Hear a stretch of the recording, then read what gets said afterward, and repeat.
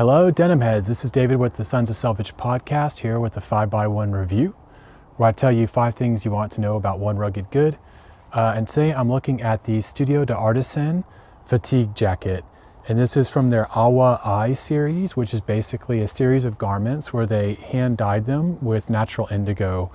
Either before the garment was sewn, they dyed the threads, or in this case, they actually just dyed the entire garment in a vat of indigo after it already had been sewn. So super amazing jacket, really lightweight, great for summer.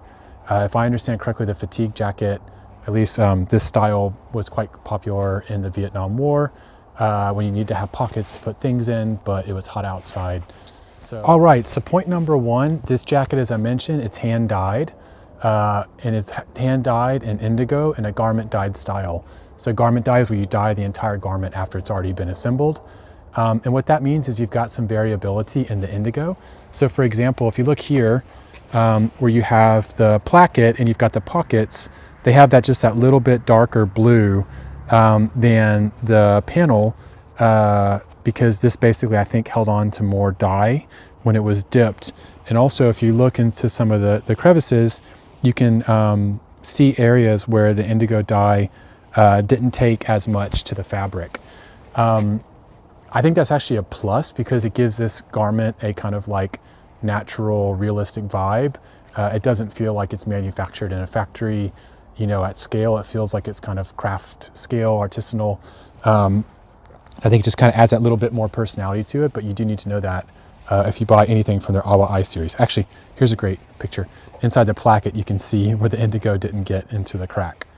I'll jump right into kind of point number 2, which is the fact that because this is natural indigo, it almost like glows a bit in the sun. So obviously, as you can see, it's overcast today, so the jacket has kind of like a pale bluish grayish hue.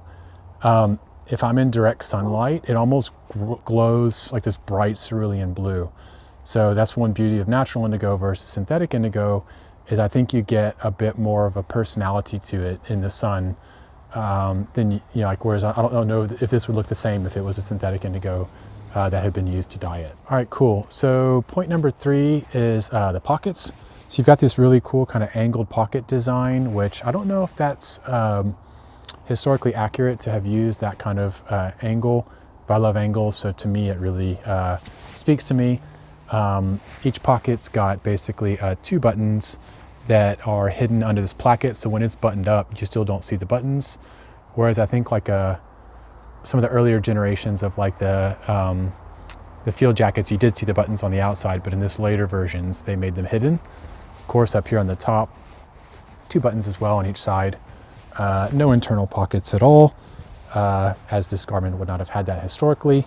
And also the pockets have bellows, so basically they can really expand out with a lot of stuff. I'm intending to take this jacket with me when I go travel around Southeast Asia later this year. There are these bellow pockets, I can put a lot of stuff in it, you know, camera, tour guide, you know, book, whatever.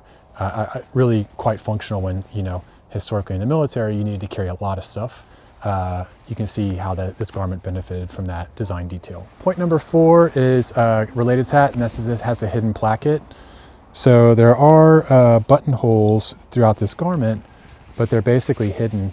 So if I was to do up these buttons, you would not be able to see them. Again, kind of from a functional standpoint, this is to keep things out of the way so they didn't get hooked on things. But I think aesthetically, it just looks really cool. It kind of like makes the garment a bit more minimal. And point number 5 is a bit about the fit. So this is a size 42, which is a Japanese extra large, a US large.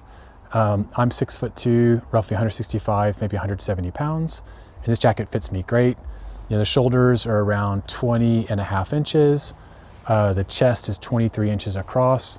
And this jacket does actually kind of bell shape. So if you button it up, the bottom opening is roughly 25 inches across. So it is going to kind of do this. It's not like a blazer that's kind of meant to like hourglass shape sit alongside your body. It's meant to bellow out to give you space to move. In terms of like centered back length is 31 inches. So it's quite long. It kind of hits me at the like upper thigh area. Like you can see roughly how long it is. That's just the design of the garment. But that said, I do wish the sleeves were a bit longer. They're 25 inches. with a 20.5-inch shoulder, it kind of makes it just long enough for me, but at 6'2", I probably would prefer a little more give in the sleeve length.